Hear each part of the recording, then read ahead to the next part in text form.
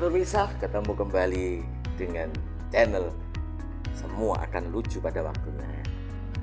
Mudah-mudahan Anda selalu sehat terus, bisa tertawa terus, dan bisa menonton channel kesayangan kita ini terus.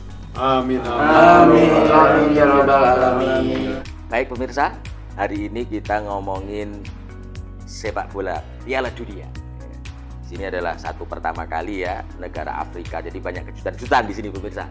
Jadi Maroko yang dari Afrika, dia membuat satu kejutan untuk pertama kalinya negara Afrika bisa masuk ke semifinal Piala Dunia. Negara Asia pun juga tidak kurang luar biasa, karena negara Asia ini juga mampu berbicara dalam kondisinya babak penyisihan dan lolos ke 16 besar. Ada 3 negara, yaitu Australia, Jepang, dan Korea Selatan. Nah, Indonesia kapan ini saudara? Mudah-mudahan kita doakan Indonesia nanti segera bangkit dan bisa untuk masuk ke Piala Dunia. Bukan satu hal yang saya omongkan, bukan satu hal yang kemungkinan tidak mungkin terjadi. Karena sebenarnya kalau kita bicara salah satu kontestan di 16 besar yaitu Jepang. Jepang ini dulu tahun 90-an tuh berguru di Indonesia. Kalau Anda tahu ini yang lucunya di sini nih. Ya toh, tahun 90-an Jepang belajar, federasinya belajar kepada PSSI. Belajar bagaimana tata kelola sepak bola yang benar. Tapi yang lucunya ini ya kan. Jepang sekarang sudah setiap 4 tahun sekali ikut Piala Dunia, sementara Indonesia Piala AFF aja tidak pernah juara. Ini lucu, ya kan? Muridnya sudah kemana-mana sampai ikut Piala Dunia, sedangkan gurunya juara AFF aja tidak pernah. Ini lucu. Jadi murid yang terlalu cerdas untuk gurunya, yaitu Indonesia. Tapi nggak apa-apa, kita doakan semoga Indonesia ini nanti mampu berkiprah lebih banyak lagi di dunia sepak bola. Kita lihat aja, mudah-mudahan perkembangannya akan luar biasa di bawah pelatih Sintayong. Jepang ini pernah belajar di Indonesia, sekarang bicara di dunia. Ini bukan tiba-tiba bahwa Jepang ini langsung tiba-tiba hebat begitu, enggak. Tetapi dia melalui satu proses yang panjang untuk bisa sampai sekarang. Ini yang perlu dicontoh oleh PSSI terhadap GFA, Federasi PSSI-nya Jepang. Bahwa kalau di Indonesia ini lucu, rebutan kekuasaan jadi ketua umum PSSI ya, jadi pengurusnya PSSI itu cuma rebutan. Track record selama ini cuma rebutan, gitu, rebutan jadi ketua. Habis jadi ketua itu pun tidak selesai banyak. Setelah ikut itu, setelah apa? Ikut konstelasi pemilihan kepala daerah lah segala macam. Tidak sibuk ngurus PSSI-nya, tapi sibuk pencitraan untuk mendapatkan jabatan. Ini yang lucu. PSSI-nya di Indonesia begitu. Sedangkan di tempat murid yang belajar yaitu Jepang, bagaimana mereka memang serius mengurus bola. Ini salah satunya kenapa Indonesia juara AFF aja nggak pernah. Kemarin Jepang bertarung luar biasa dan berhasil menyingkirkan 2 raksasa, yaitu siapa? Berhasil mengalahkan Jerman, juga berhasil mengalahkan Spanyol. 2 raksasa yang berhasil dikalahkan oleh Jepang. Itu yang harus kita pelajari. Kenapa Jepang bisa begitu? Harusnya kita malu. Masa muridnya loh bisa jauh lebih bagus daripada gurunya. Ini kan lucu ini. Ya mudah-mudahan nanti ini Indonesia mampu terus berbuat, karena ya harusnya punya malu lah ya. Punya malu dikit lah sama guru, sama muridnya itu. Kalau punya malu sedikit maka Indonesia akan bisa berprestasi. Jangan berkutat itu aja, ya kan? Nah, ini hal-hal yang perlu ditanamkan di kita itu adalah apa? Kita belajar dari Jepang. Ya toh, Jepang itu semua pemainnya mempunyai impian. Impiannya apa? Impiannya itu untuk menjadi pemain timnas, mewakili negaranya supaya jadi satu kebanggaan untuk dirinya, keluarganya, bahkan untuk negaranya. Nah, sekarang kita semua pemain-pemain nasional punya tekad yang sama, bagaimana berjuang supaya bisa masuk untuk tim nasional. Sebagai duta bangsa, pejuang bangsa yang membawa nama baik bangsa. Apakah hanya sekedar yang penting dapat uang, ya kan? Apakah hanya sekedar yang penting bisa masuk timnas, ya kan? Tanpa membawa kebanggaan, ya kan? Karena yang ini kan pertama kali oleh pelatih sekarang kita adalah Sintayong. Itu adalah pertama kali yang dikeluhkan oleh Sintayong apa? Bahwa belum ada perjuangan yang kuat dari pemain-pemain Indonesia ketika mewakili bangsa. Ini catatan yang paling diberikan oleh Sintayong. lucu tuh kalau kita mewakili bangsa Indonesia, mewakili negara, terus kita hanya seadanya, ala kadarnya untuk memperjuangkan bangsa ini yang nggak ditunjukkan.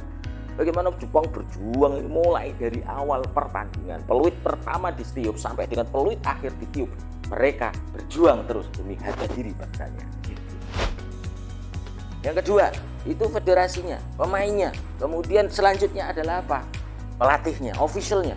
Officialnya ini sebenarnya sudah bagus sekarang dilatih oleh mantan pelatih Korsel di Piala Dunia tahun 2018. Artinya supaya ada transfer ini ya kan, supaya kita ini lebih cerdas sedikit gitu ya kan. Nah, di sini yang luar biasa apa? Bahwa pelatih adalah penanggung jawab utama. Pelatih tidak menyalahkan pemain ketika kalah dan tidak meninggikan dirinya yang paling berjasa ketika menang. Pelatih punya respect. Respect kepada siapa? Penonton. Respect kepada siapa? Kepada pemain. Respect terhadap siapa? Bahkan tempat pertandingannya ya kan. Ini kalau di kita ini nanti dikirain kita ini apa? Menghormati apa namanya? Menghormati tempat pertandingannya lapangan, nanti disirik-sirikan, dikafir-kafirkan. Ini tidak, padahal bahwa tempat itu adalah memberikan satu kondisi yang perjuangan kita semakin nyaman. Kalau tempatnya jelek terus kemudian kondisinya nggak sesuai dengan aturan, itu juga membawa dampak terhadap sepak bola, sehingga kita perlu menghormati lapangan itu. Makanya yang dilakukan oleh pelatih Jepang itu apa? Menunduk pada saat pertandingan sudah selesai, itu 1 jam dari kondisi pertandingan itu selesai ya kan. Yang dilakukan apa? Menunduk, menghormati tempatnya. Mungkin kalau di kita dikatakan orang gila itu pasti ya kan? Tapi dia punya respect, rasa berterima kasih bahwa tempat itu sudah menjadikan tempat berjuang bagi pasukan Jepang. Respect yang luar biasa. Terus kemudian apa? Penonton Indonesia ini juga kondisi jangan gitu. Penonton Jepang itu memberikan semangat ya kan, memberikan semangat kepada pemain yang berjuang di lapangan dari mulai peluit awal sampai akhir, tidak pernah berhenti.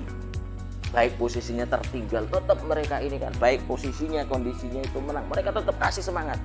Ya jangan kayak kita ini, kalau kalah dilemparin botol akhirnya kerusuhan. Kalau menang ya kan dijunjung-junjung ya kan.